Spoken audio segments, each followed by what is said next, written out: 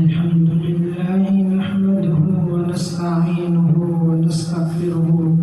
ونؤمن به ونتوكل عليه ونعوذ بالله من شرور أنفسنا ومن سيئات أعمالنا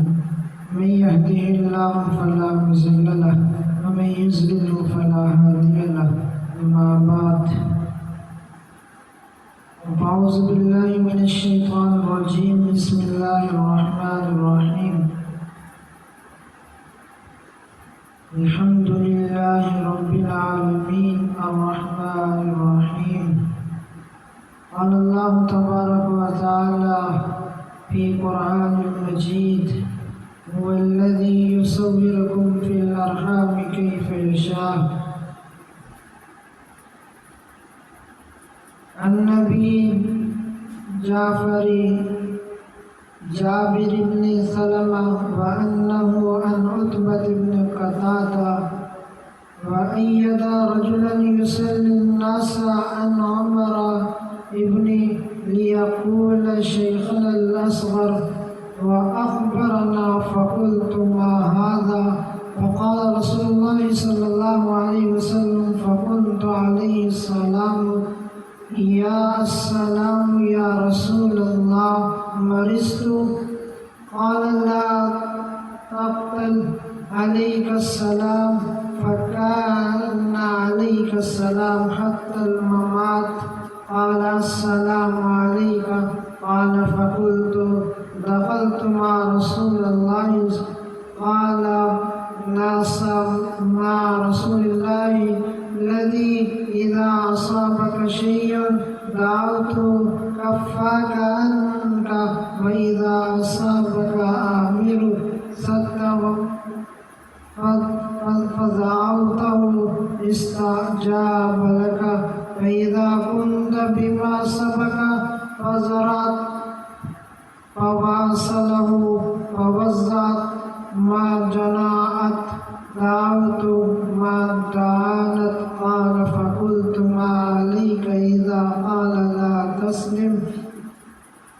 إحدى؟ قال فما سنت بعد حقا ولا عدلا ولا عمر ولا شان ولا تحقرت شيئا من المعروف وإن تظلم نابك وأنت مستجد إليه وجهك عن ذلك بدل المعروف وارفع إليك إلى نصف الساق وإذا رأيت في الكفين وإياك وأسباق الإذراء فإنها من المخلطة فإن الله يحب المخلطة. وإن تشيت ادع يديك بما بين يديك فلا تشير بيديك فيه فإنما ذلك عليك. میں نے آپ حضرات کے سامنے ایک طویل حدیث پڑھی ہے اور یہ پوری حدیث میں نے آپ کے سامنے اس لیے کہ حضور اقدس صلی اللہ علیہ وسلم کی احادیث مبارکہ کی متن نور اور حدیث کے الفاظ ہی میں ہے، اس لیے حدیث کا پڑھنا اور سننا بھی باعث تجویز اور اللہ تعالیٰ اس کو سمجھنے اور عمل کرنے کی توفیق نصیب فرمائے۔ آج کا میرا موضوع جو ہے یہ ہے کہ حضور صلی اللہ علیہ وسلم کی بے مثال نصیحتیں صحابہ اکرام کو کرنا۔ حضرت جابر بن سلیم رضی اللہ عنہ اس حدیث کو حضور اقدس صلی اللہ علیہ وسلم سے پہلی ملاقات کا واقعہ بیان کر رہے ہیں، جبکہ وہ حضور اقدس صلی اللہ علیہ وسلم کو پہچانتے بھی نہیں تھے۔ فرماتے ہیں کہ میں نے ایک صاحب کو دیکھا کہ لوگ ہر معاملے میں ان کی طرف رجوع کرتے ہیں اور اپنے معاملات میں انہی سے مشورہ لیتے ہیں، اور وہ صاحب جو بات فرما دیتے ہیں لوگوں کو ان کی بات پر اطمینان ہو جاتا ہے۔ میں نے لوگوں سے پوچھا کہ یہ کون صاحب ہیں؟ لوگوں نے بتایا کہ یہ رسول اللہ صلی اللہ علیہ وسلم ہے۔ جب مجھے پتہ چلا کہ آپ ہی محمد صلی اللہ علیہ وسلم ہیں تو میں نے آپ کے قریب جا کر ان الفاظ سے سلام کیا، علیک السلام یا رسول اللہ۔ یہ الفاظ میں نے 2 مرتبہ کہے تو آپ نے فرمایا کہ علیہ السلام نہ کہو بلکہ السلام علیک کہو، اس لیے کہ علیک السلام مردوں کا سلام ہے، یعنی جب مردوں کو سلامتی بھیجی جائے تو اس میں لفظ سلام بعد میں ہوتا ہے اور علیہ کا پہلے ہوتا ہے۔ سلام کا جواب دینے کا طریقہ، اس حدیث کا مطلب یہ ہے کہ اسلام کی ابتدا کرنی ہو، سلام کی اتباع کرنی ہو اور السلام علیکم کہنا چاہیے، لیکن جب سلام کا جواب دینا ہو تو اس کا طریقہ حدیث شریف میں یہ بتایا گیا کہ وعلیکم السلام ورحمۃ اللہ کہا جائے، گویا کہ جواب میں علیکم کا لفظ پہلے لایا جائے، اور اگر کوئی شخص السلام علیکم کے جواب میں السلام علیکم کہہ دے تو لہذا یہ دونوں صورتوں میں ایک دوسرے کے سلام کا جواب دینا واجب ہو جائے گا، لہذا دونوں وعلیکم السلام بھی کہیں، کیونکہ ان میں سے ہر ایک نے دوسرے کو سلام کرنے کا آغاز کیا، اس لیے ہر شخص پر واجب ہو جائے گا۔ اس حدیث سے ایک اور بنیادی بات معلوم ہوئی کہ جس سے آج کل لوگ بڑی غفلت برتے ہیں، وہ یہ کہ احادیث کے معنی مفہوم اور روح تو مقصود ہی ہے، لیکن شریعت میں اللہ اور اللہ کے رسول صلی اللہ علیہ وسلم کے بتائے ہوئے الفاظ بھی مقصود ہے۔ دیکھیے السلام علیکم وعلیکم السلام، دونوں کے معنی تو ایک ہی ہے، یعنی تم پر سلامتی ہو، لیکن حضور اقدس صلی اللہ علیہ وسلم نے حضرت جابر بن سلیم رضی اللہ عنہ کو پہلی ملاقات ہی میں اس پر تنبیہ فرمائی کہ سلام کرنے کا سنت طریقہ اور صحیح طریقہ یہ ہے کہ السلام علیکم کہو۔ ایسا کیوں کیا؟ اس لیے کہ اس کے ذریعے آپ نے امت کو یہ سبق دے دیا کہ شریعت اپنی مرضی سے راستہ بنا کر چلنے کا نام نہیں، بلکہ شریعت اللہ اور اللہ کے رسول صلی اللہ علیہ وسلم کی اتباع کا نام ہے۔ یہ سلام جو ہے مسلمانوں کا شعار ہے، اس کے ذریعے انسان پہچانا جاتا ہے کہ مسلمان ہے۔ ایک مرتبہ میرا سفر ہوا چین جانے کا، اور چین میں مسلمانوں کی بہت بڑی تعداد آباد ہے، لیکن ان کی زبان ایسی ہے کہ جو ہماری سمجھ میں نہیں آتی تھی، ہماری زبان ان کی سمجھ میں نہیں آتی تھی، اس لیے ان سے بات چیت کرنے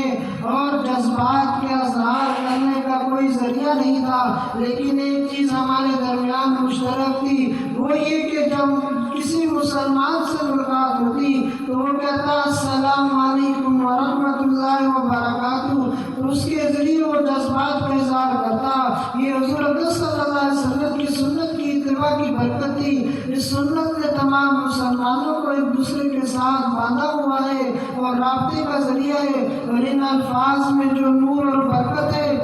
کہ ایک دوسرے کے ساتھ جب ملتے ہیں تو السلام علیکم کے ذریعے اپنا تعارف ہو جاتا ہے۔ یہ ایک ادب ہے، اور آج کل یہ لوگ دوسرا چیزیں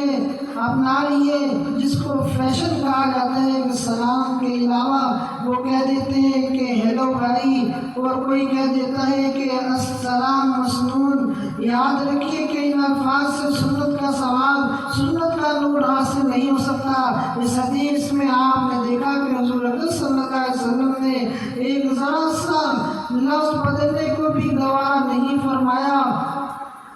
ایک صحابی کا واقعہ نقل کرتا ہوں کہ حضور اقدس صلی اللہ علیہ وسلم نے ان کو دعا سکھائی اور فرمایا کہ جب رات کو سونے کا ارادہ کرو تو سونے سے پہلے یہ دعا پڑھ لیا کرو۔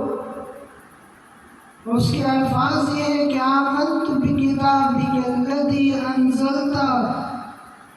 وبنبیک الذی ارسلت، یعنی میں اس کتاب پر ایمان لایا جو آپ نے نازل فرمائی اور اس نبی پر ایمان لایا جس کو آپ نے بھیجا۔ چند روز کے بعد حضور اقدس صلی اللہ علیہ وسلم نے ان صحابی سے فرمایا کہ جو دعا میں نے تم کو سکھائی تھی وہ دعا مجھے سناؤ، کیا پڑھتے ہو؟ ان صحابی نے دعا سناتے وقت ایک لفظ تھوڑا سا بدل دیا اور دعا اس طرح سنائی: آمنت بکتابک الذی انزلت وبرسولک الذی ارسلت۔ اس دعا میں لفظ نبی کی جگہ رسول کا لفظ پڑھ لیا۔ حضور اکرم صلی اللہ علیہ وسلم نے فرمایا وہی لفظ کہو جو میں نے سکھایا تھا۔ حالانکہ نبی اور رسول کے لفظ ان میں کوئی خاص فرق نہیں، اصطلاحی فرق کے اعتبار سے بھی رسول کا درجہ نبی بھی۔ اسی طرح اتباع سنت پر اجر و ثواب ہمارے حضرت ڈاکٹر عبدالحی صاحب فرماتے تھے کہ اگر ایک کام تم اپنی طرف سے اور اپنی مرضی کے مطابق کر لو اور وہ کام تم اتباع سنت کی نیت سے حضور صلی اللہ علیہ وسلم کے بتائے ہوئے طریقے کے مطابق انجام دو، دونوں میں زمین اور آسمان کا فرق محسوس کرو گے۔ جو کام تم اپنی طرف سے کرو گے اور اپنی مرضی سے کرو گے اس میں تمہیں کافی فرق نظر آئے گا۔ اسی طرح ایک واقعہ حضرت ابو بکر حضرت عمر رضی اللہ عنہ کے تہجد کا واقعہ حدیث شریف میں ہے کہ حضور اکرم صلی اللہ علیہ وسلم رات کے وقت گشت کر کے صحابہ کرام کے حالات کی خبر گیری کیا کرتے تھے۔ ایک مرتبہ جب آپ صلی اللہ علیہ وسلم حضرت صدیق اکبر رضی اللہ عنہ کے پاس سے گزرے تو آپ نے دیکھا کہ وہ تہجد کی نماز پڑھ رہے ہیں اور آہستہ آہستہ آواز سے تلاوت فرما رہے ہیں۔ اس کے بعد حضرت فاروق اعظم رضی اللہ عنہ کے پاس سے گزرے تو آپ صلی اللہ علیہ وسلم نے دیکھا کہ وہ بہت بلند آواز سے تلاوت کر رہے ہیں۔ صبح کو آپ نے دونوں حضرات کو بلایا اور حضرت ابو بکر رضی اللہ عنہ سے پوچھا کہ رات کو تہجد میں آپ بہت پست آواز سے کیوں تلاوت کر رہے تھے؟ حضرت صدیق اکبر رضی اللہ عنہ جواب دیا کہ اسمعت ما ناجیت، جس ذات سے مناجات کر رہا تھا اس ذات کو میں نے سنا دیا۔ اس ذات کے لیے بلند آواز کرنے کی ضرورت نہیں، وہ تو ہلکی آواز کو بھی سنتا ہے، اس لیے میں آہستہ آواز سے تلاوت کر رہا تھا۔ اس کے بعد اپنے فاروق اعظم رضی اللہ عنہ سے پوچھا کہ تم زور سے تلاوت کیوں کر رہے تھے؟ انہوں نے کہا کہ او کس اوسنا وارت شیطان، یعنی میں نے سوتے والوں کو جگا رہا تھا اور شیطان کو بھگا رہا تھا، اس لیے زور سے پڑھ رہا تھا۔ لیکن حضور صلی اللہ علیہ وسلم نے صدیق اکبر رضی اللہ عنہ سے فرمایا ارفع قلیلا، تم اپنی آواز کو ذرا بلند کرو، اور حضرت فاروق اعظم رضی اللہ عنہ سے فرمایا کہ ارفع قلیلا، تم اپنی آواز تھوڑی پست کرو، ہمارے بتائے ہوئے طریقے کے مطابق عمل کرو۔ اس حدیث کے تحت شرح حدیث نے لکھا کہ حضور اکرم صلی اللہ علیہ وسلم کا مقصود ان دونوں حضرات کو قرآن کریم کی اس آیت پر عمل کرانا تھا۔ وَلَا تَجْهَرْ بِصَلَاتِكَ وَلَا تَخَافِتْ بِهَا وَابْتَغِ بَيْنَ ذَلِكَ سَبِيلًا، میری نماز میں نہ تو آواز بہت زیادہ بلند کیجیے نہ بہت زیادہ پست کیجیے، اور دونوں کے درمیان ایک متوسط طریقہ اختیار کیجیے۔ لیکن ہمارے حضرت حکیم الامت نے فرمایا کہ یہ حکمت تو اپنی جگہ درست، لیکن اس میں ایک بہت بڑی حکمت یہ تھی کہ ان حضرات کو یہ تعلیم دینی تھی کہ اے صدیق اکبر، اے فاروق اعظم، اب تک تم دونوں اپنی رائے سے اپنی مرضی سے ایک طریقہ متعین کر کے پڑھ رہے تھے، اور آئندہ جو تلاوت کرو گے وہ میرے بتائے ہوئے طریقے کی اتباع میں میرے کہنے کے مطابق کرو گے، اور اب جو راستہ